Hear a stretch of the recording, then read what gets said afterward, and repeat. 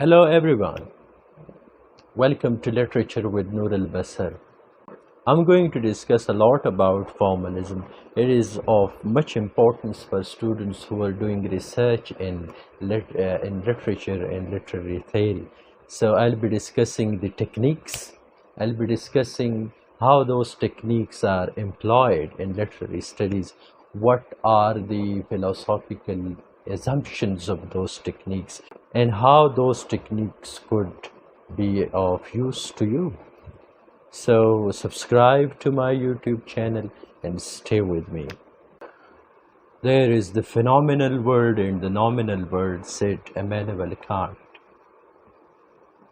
The nominal world is the world it might be in itself. The phenomenal world is the world that appears to us. The world that we encounter in our experience is the phenomenal world. It is not the nominal world. The study of Immanuel Kant is necessary for a complete understanding of formalism. Before we begin formalism, it is necessary to know about Immanuel Kant's aesthetics. Immanuel Kant talked about 4 faculties of mind: practical reason, judgment, understanding, and imagination. Reason legislates our willpower. Reason is the nominal world. Reason is the world of freedom. Reason dictates freedom. Understanding legislates the laws of nature in the form of a priori principles. We make sense of nature because we are provided with certain a priori principles by imagination. The task of imagination is to convert our encounters with the world into images.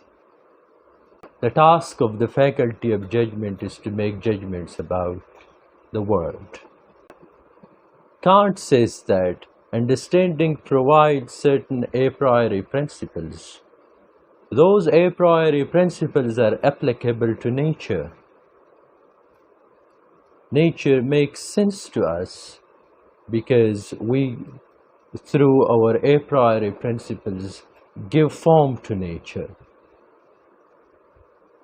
And when we apply those laws provided by understanding to nature, we do this through determinative judgment. But Kant says that the task of judgment is twofold. It is determinative as well as reflective. We encounter nature in all its diversity. Nature in its particularity may not be encompassed by the laws of understanding. There may be certain particular objects. There may be this peculiarity about nature which may not be encompassed by the laws of understanding. So Kant says there the reflective judgment intervenes. And this reflective judgment, in other words, is aesthetic judgment. How does this reflective judgment or aesthetic judgment operate? When we see nature in its peculiarity, when we encounter something in nature, an object in nature, to which the laws of understanding don't conform, we try to find general laws for those particular objects. So, instead of applying the laws of understanding which are practical, the word practical is important. It means that everything has got certain practical utility or usefulness. Everything has a purpose. Everything is teleological. Everything moves towards an end, a goal. And the purpose is defined or legislated by the laws of understanding. But an aesthetic judgment, which is not practical, the purpose is different. The purpose is not based on usefulness, practicality, or utility. Kant uses a word for it. The purpose is not purpose, the purpose is purposiveness. Purposiveness is the opposite of the word practicality. Aesthetic judgment is purposive. Aesthetic judgment is disinterested. Aesthetic judgment is not based on practicality, on utility. It is quite complex to understand Kant's aesthetics at this level, but if we dissect all the processes that Immanuel Kant states in his philosophy, we may be able to make sense of his aesthetics. What are those processes? How do we make sense of the world? Remember, time and space for Immanuel Kant are intuitions. They are not out there. They are not there in the objective world, because the objective world is not there. It is the phenomenal world. When we encounter the world, when we encounter an object in the world, the object is represented in our mind. The representation of that object is ordered in space and time in the form of an intuition.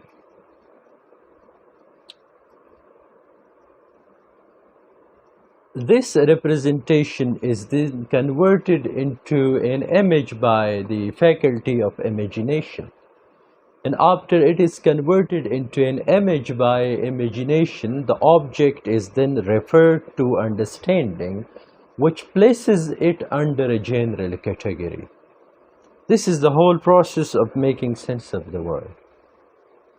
And I simplified it. There are many complex issues involved here, but I tried to simplify these processes of making sense of the world.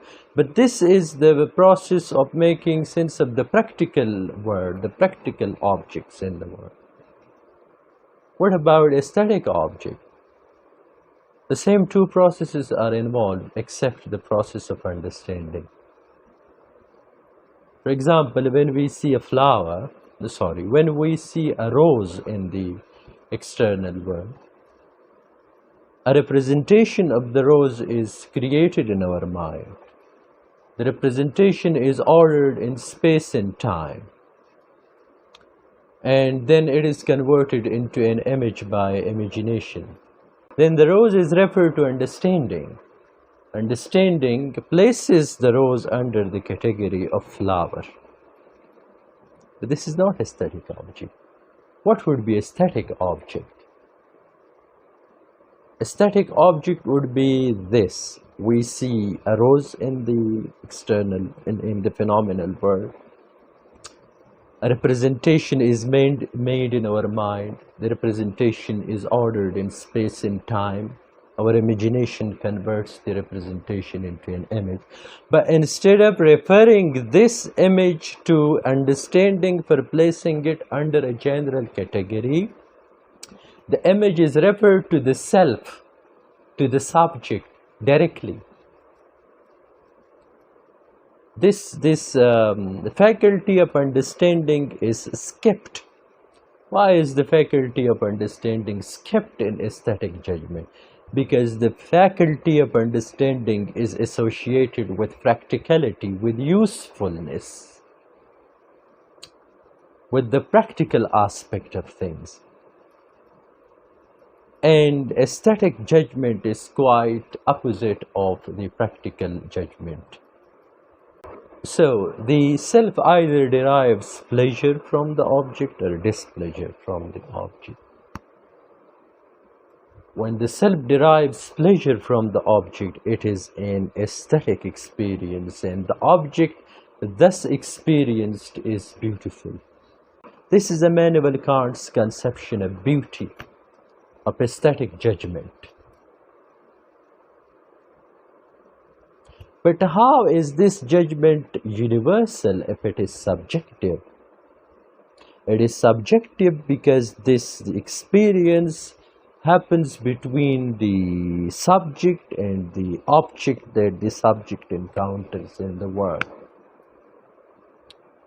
They say that beauty lies in the eyes of the beholder. Well, Immanuel Kant doesn't say that beauty lies in the eyes of the beholder, though he says that aesthetic judgment is subjective, which suggests that beauty is subjective. But for Immanuel Kant, it is universal too, in the sense that it is intersubjective. One may ask this question: if it is subjective, how is this universal in the sense of being intersubjective? Kant says that it is enough to think that the aesthetic judgment is detached from the private circumstances of the beholder.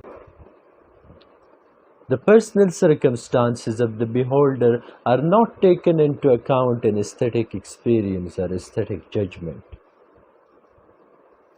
If the experience or the judgment was related to the personal tastes, likes and dislikes, or the practical aspects of things, then it wouldn't have been an aesthetic judgment. It would have been a practical judgment. Immanuel Kant says that when we make judgment about the beauty of the world, we make judgment about the form of that object. Immanuel Kant says that when we make judgment about something, when we make an aesthetic judgment about something, we make judgment about the form of that object and not the content. This is very important in the context of formalism. For Kant, the judgment is not about the content because the content is not there. It's the form. It's the extension of the subjective apparatus of the beholder. The beholder gives form to the object and the form is beautiful. But the form is not personal, though it is subjective. The form is not practical. The form is disinterested. The form is passive. So it is now easier to make sense of the formalist aesthetics. We know what is beauty in the Kantian sense. We know what is aesthetic judgment.